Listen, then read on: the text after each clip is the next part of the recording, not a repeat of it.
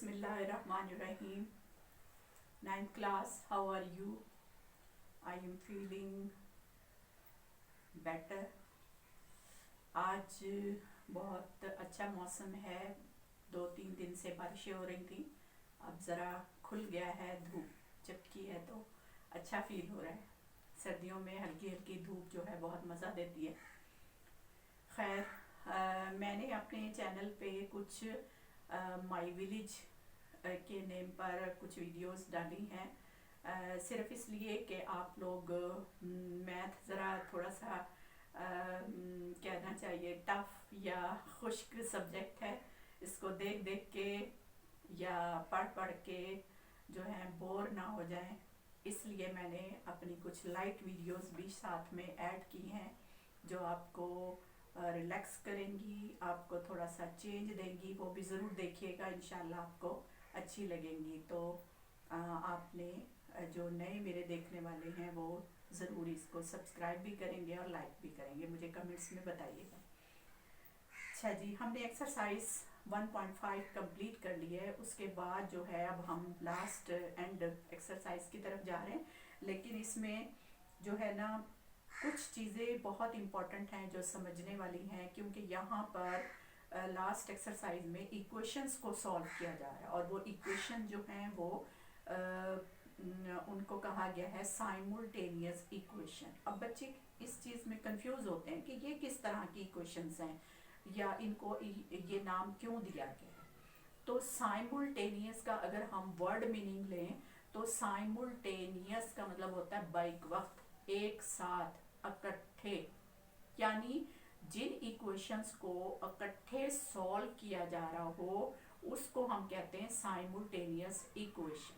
ठीक है, फिर हम उन इक्वेशंस को सॉल्व करके जो आंसर सोल्यूशन निकलता है वो सोल्यूशन हम दोनों इक्वेशंस को जो है ना पुट करके चेक करते हैं और वो दोनों को सेटिस्फाई करता है। ठीक है ना। तो यहाँ पर आपकी बुक में पेज 24 पर जो है टॉपिक है solution of the simultaneous linear equation. अब यहाँ पर लीनियर इक्वेशन, साइमल्टेनियस इक्वेशन, ठीक है, ये दो चीज़ें हैं जो समझने वाली हैं, जो आपको थोड़ा सा क्लियर होनी चाहिए। सबसे पहले तो लीनियर इक्वेशन क्या है। लीनियर इक्वेशन किसे कहते हैं। देखिए, आपने 8th में जो है इसके बारे में पढ़ा था, ऐसी इक्वेशन जो कि डिग्री 1 की हो, यानी जिसमें वेरिएबल की पावर जो है ना वो हाईएस्ट 1 हो। जैसे suppose ax plus b equal to 0। अब इसमें देखिए वेरिएबल x है और इसकी पावर 1 है।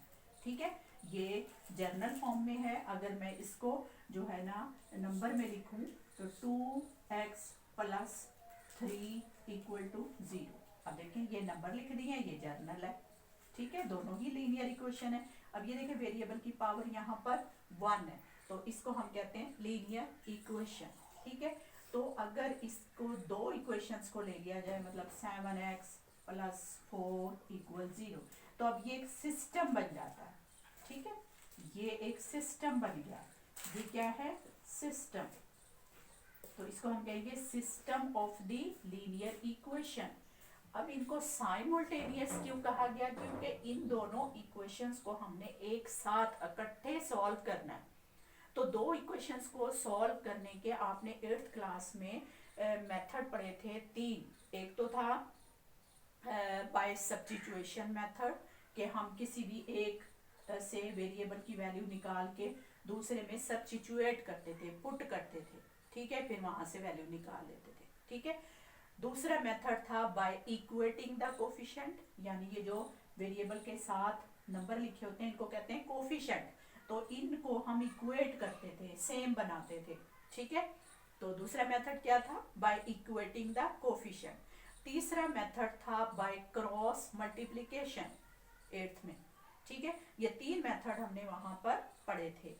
तो अब हम जो है यहाँ पर 2 मेथड और पढ़ने जा रहे हैं जो कि मैट्रिक्स से रिलेटेड हैं, उसमें मैट्रिसेस हम बनाएंगे। ठीक है, वो 2 मेथड हैं, एक तो है मैट्रिक्स इन्वर्शन मेथड और दूसरा है क्रैमर रूल। ठीक है, ये दो मेथड जो हैं हमने यहाँ पर यूज करने हैं to solve the system of the linear equation simultaneously या system of the simultaneous linear equation.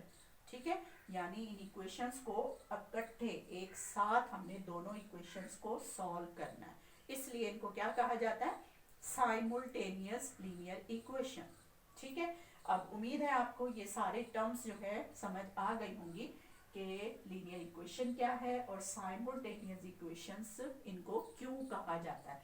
तो इनको सॉल्व करने के अब हमारे पास दो तरीके आ रहे हैं, एक तो इन्वर्शन मेथड है, ये आपसे शॉर्ट क्वेश्चन में पूछा जा सकता है कि बाय मैट्रिसेस इक्वेशंस को साइमultaneously किन दो मेथड से या किन मेथड से सॉल्व किया जाता है। तो एक तो है मैट्रिक्स इन्वर्शन मेथड। ठीक है, एक मेथड ये है नंबर 1। नंबर 2 जो है वो है क्रैमर रूल। क्रैमर एक मैथमेटिशियन था और इसी के नाम से जो है ना ये मेथड भी यूज हुआ है। ठीक है, एक मैथमेटिशियन था, इसने ये मेथड इंट्रोड्यूस करवाया था, इसलिए इसी के नाम से जो है ये मेथड फेमस हो गया। जैसे डिमोर्गन लॉ, ठीक है, पैथागोरस थ्योरम, ठीक है ना, तो ये भी साइंटिस्ट थे, मैथमेटिशियंस थे, उन्हीं के नाम से उनकी इन्वेंशंस, उनके फॉर्मूले के लिए जो है ना वो आगे फेमस होते चले गए। तो ये दो मेथड हमने अब नेक्स्ट एक्सरसाइज में यूज करने हैं। तो शुरू करते हैं जी हम अपनी नेक्स्ट एक्सरसाइज 1.6।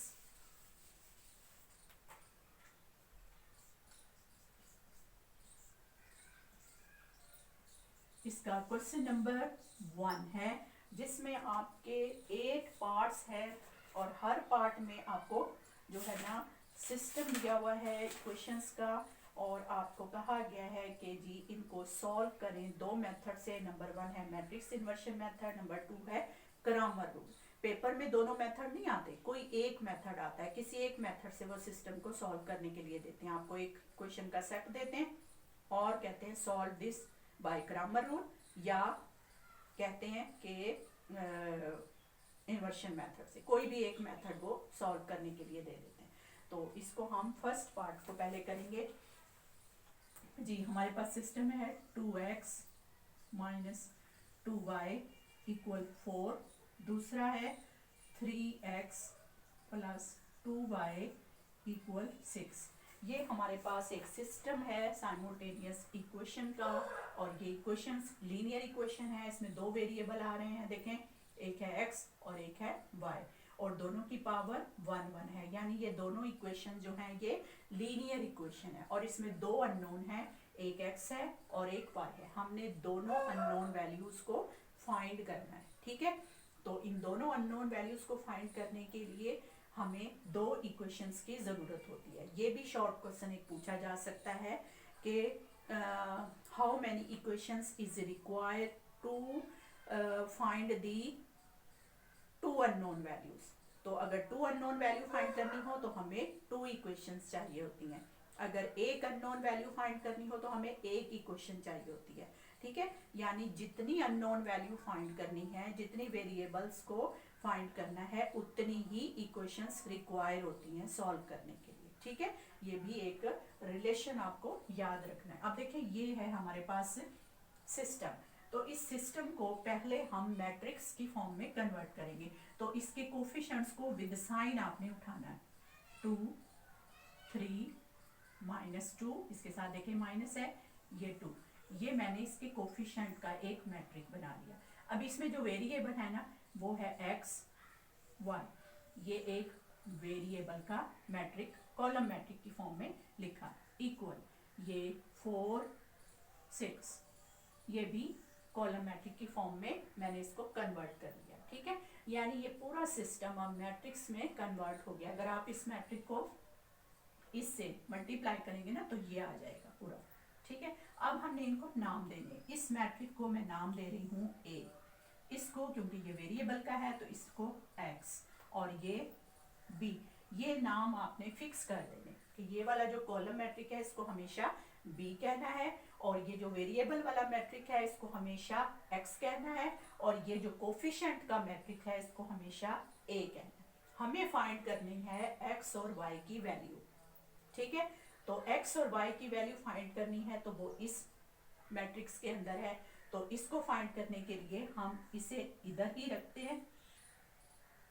ये जो है इस तरफ जाके देखें, यहाँ मल्टीप्लाई हो रहा है तो इस तरफ जाके डिवाइड होगा, तो डिवाइड होगा तो b डिवाइड बाय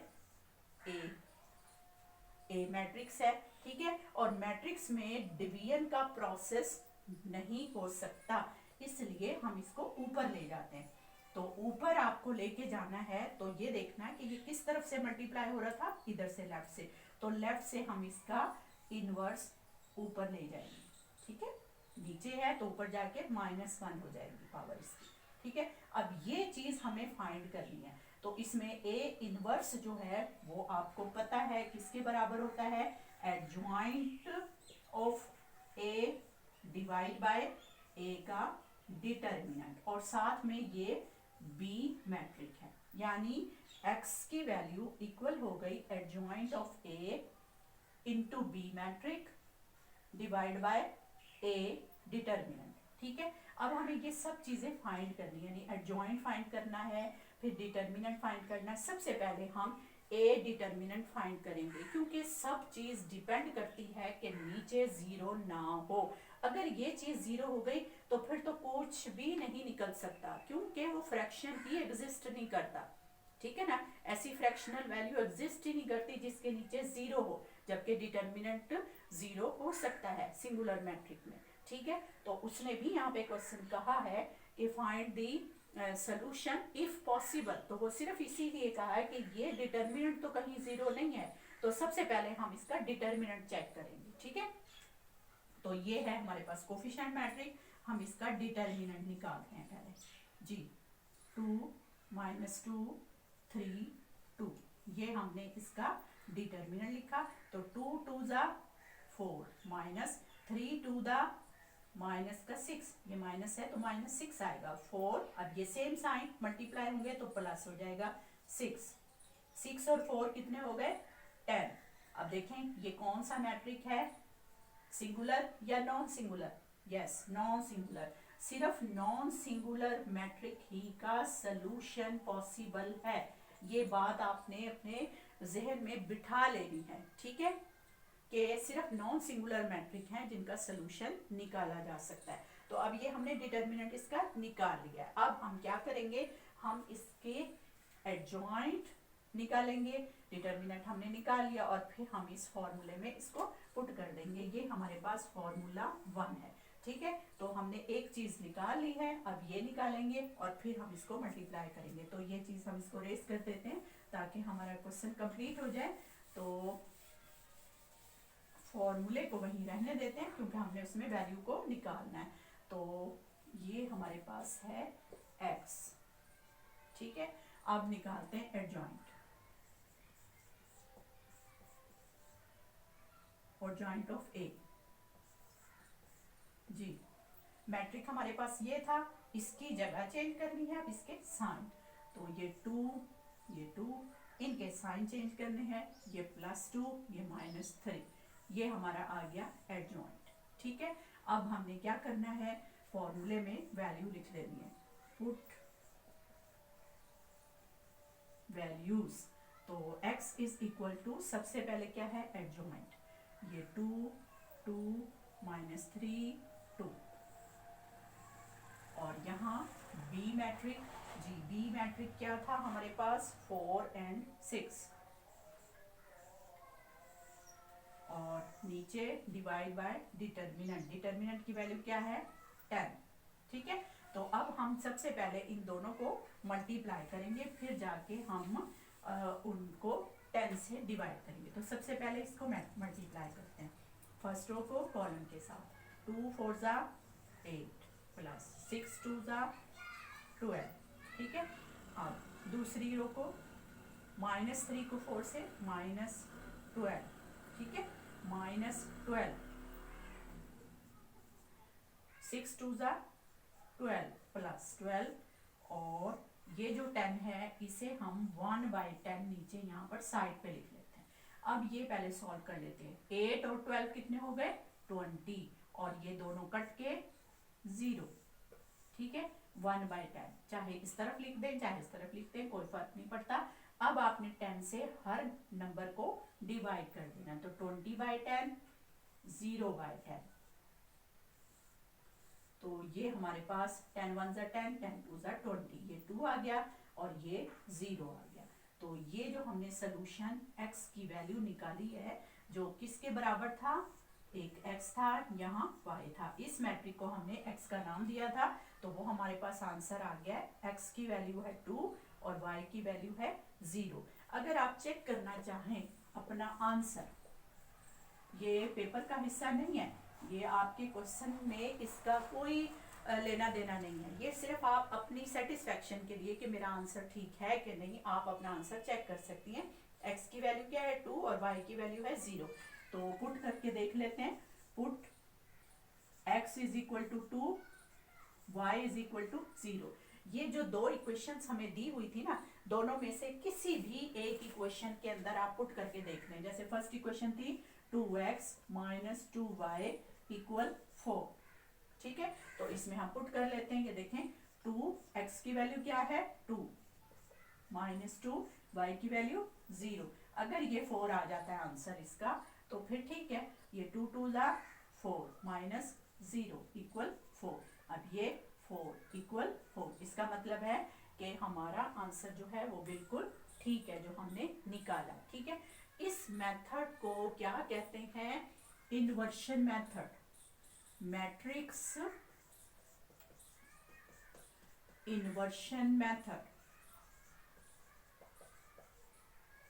ये हमने फर्स्ट मेथड से इस क्वेश्चन को सॉल्व किया। देखिए ये क्वेश्चन पूरा 4 मार्क्स का आता है। आपका लॉन्ग क्वेश्चन 8 मार्क्स का होता है, जिसमें 2 पार्ट होते हैं, 4 + 4, ठीक है। तो 4 मार्क्स का आपका ये वाला एक क्वेश्चन लाजमी आता है, इन्वर्शन मेथड से या क्रैमर रूल से, ये लाजमी आता है। ये बहुत ही इंपॉर्टेंट है एक्सरसाइज 1.6, और इसको करने के लिए हमने पूरा चैप्टर किया। देखिए इसमें हमने ये सारी चीज़ें शुरू की, सीखी, मल्टीप्लाई करना, उनके इन्वर्सेस निकालना, उनकी एडजॉइंट निकालना, डिटर्मिनेंट फाइंड करना, ये छोटी छोटी चीज़ें जो है, जो अलग अलग शॉर्ट क्वेश्चन टाइप थी, ये हम शुरू से करते आ रहे हैं। और फिर आके अब इस लॉन्ग क्वेश्चन में वो सब चीज़ें इकट्ठी हो गई हैं, जो कि एट अ टाइम इस फॉर्मूले में यूज़ हो गई हैं, ठीक है।